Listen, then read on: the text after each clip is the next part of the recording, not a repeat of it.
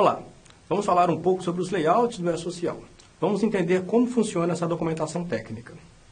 O entendimento da forma de apresentação dos layouts é fundamental para uma empresa que desenvolva softwares e para setores da empresa que possuem essa atribuição. Os usuários dos sistemas de gestão de folhas de pagamento utilizarão provavelmente um sistema com uma interface mais amigável, mas entender como funciona o layout do E-Social poderá ser uma vantagem competitiva, posto que poderá identificar possíveis erros nos seus programas e entender o motivo de recusa de algum evento que foi enviado para o ambiente nacional do E-Social. Cada evento do E-Social possui um layout específico, que é dividido em duas partes. A primeira é a tabela de resumo dos registros, e a segunda é a tabela que contém o detalhamento dos registros e seus elementos, relacionando campo a campo. Vamos primeiro à tabela de resumo dos registros. Ela é composta pelos grupos de informações que compõem o layout de cada evento. Ela tem várias colunas.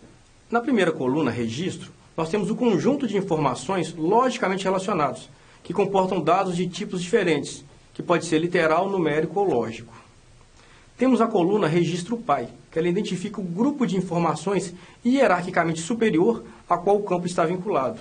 O registro dependente é o detalhamento das informações do grupo do respectivo pai. Na coluna nível, nós temos a hierarquia a qual pertence cada registro.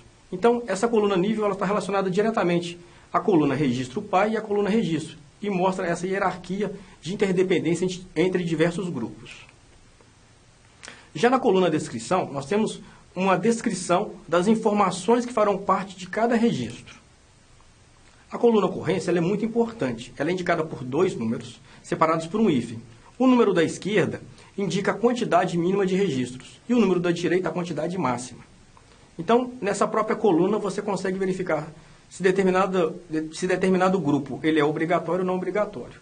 Por exemplo, se nessa coluna a informação tem 0 e 1, quer dizer que é um campo não obrigatório, ou com no máximo um registro. O 0 quer dizer que é a quantidade mínima, que pode ser 0 e, portanto, não ser informado, e 1, que é a quantidade máxima. Ele pode ter, no máximo, uma vez aquele grupo de informações indicado no evento do E-Social. Outro exemplo, nessa coluna aparece o código 11. Significa que deve conter, no mínimo, 1, e, portanto, é obrigatório, e, no máximo, um registro. Outro caso, 199, quer dizer que deve existir, no mínimo, um registro, e o sistema também vai aceitar que aquele grupo de informações se repita até 99 vezes.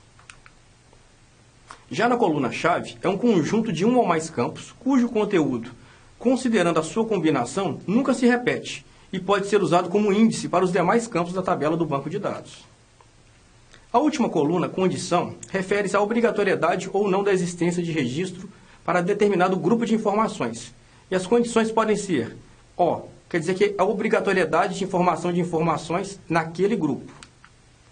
Se estiver N, não pode ser informado. F quer dizer que aquela informação daquele grupo é facultativo naquele evento. E OC é obrigatório se existir a informação naquele evento específico que está sendo transmitido. A obrigatoriedade de envio de informações para cada grupo é determinada na tabela de resumo dos registros de cada um dos layouts, de acordo com a coluna condição. Por sua vez, a obrigatoriedade de envio de informação para cada um dos campos é determinada de acordo com a coluna ocorrência, constante na tabela de registro dos eventos. Vamos ver então essa parte de baixo, que é a tabela de registro de eventos, como que ela funciona. Ela também tem várias colunas. Na coluna registro, nós temos o conjunto de informações logicamente relacionados que comportam dados de diferentes tipos, que pode ser literal, numérico ou lógico. Na coluna pai, ela identifica o grupo de informações hierarquicamente superior ao campo ao qual está vinculado, da mesma forma que a tabela de resumo de registros. E agora, nós temos uma coluna diferente na tabela de registros, que é a coluna elemento, ELE. Os elementos A e E terão os seus campos preenchidos com informações. São campos de detalhes. Os elementos G identificam grupos de informação. Então, ele pode ser G, A ou E, de elemento. Na coluna tipo, nós vamos ter a caracterização do conteúdo que vai ser informado pelo empregador naquele evento. Então, o conteúdo pode ser um caractere, pode ser um texto, pode ser um número. Se o tipo for numérico, só vai aceitar números naquele evento, naquele campo específico que será transmitido no evento. E se for o campo data, vai ter a informação D, você vai ter que colocar a informação no formato internacional, com ano, hífen, mês, hífen, dia. Tá? Ano com 4 posições, mês com 2 posições, dias com 2 posições também. Já na coluna ocorrência, os indicativos são compostos por 2 numerais, separados entre si por um hífen e referem-se à informação de cada campo. Segue a mesma lógica da tabela de resumo, mostrando se é obrigatório ou não e quantas vezes eles podem aparecer dentro daquele evento. A coluna tamanho é utilizada nos campos de detalhe para um elemento que seja do tipo A ou do tipo E, para indicar o número de dígitos suportado neste campo. Por exemplo, o número de inscrição, conforme aparecendo aí na tela, ele tem 15 dígitos. Logo no campo NR-INSC, para a coluna tamanho, irá constar a informação de 15. Ou seja, a informação que será transmitida dentro desse campo pode ter no máximo 15 posições. Temos também a coluna decimal. Ela indica quantos dígitos serão considerados como decimais, à direita da vírgula, sendo que a própria vírgula decimal não conta como dígitos. Por exemplo, na representação acima desse exemplo, temos o tamanho 005 e decimal 4 para a informação do campo FAP. Então, no exemplo, um FAP 1,7880, o empregador vai ter que transmitir essa informação como 1,7880. Por fim, temos a coluna descrição. É uma coluna muito importante e que o empregador deve ficar atento. É uma breve descrição do conteúdo do campo e de sua regra de validação, quando houver. Tá?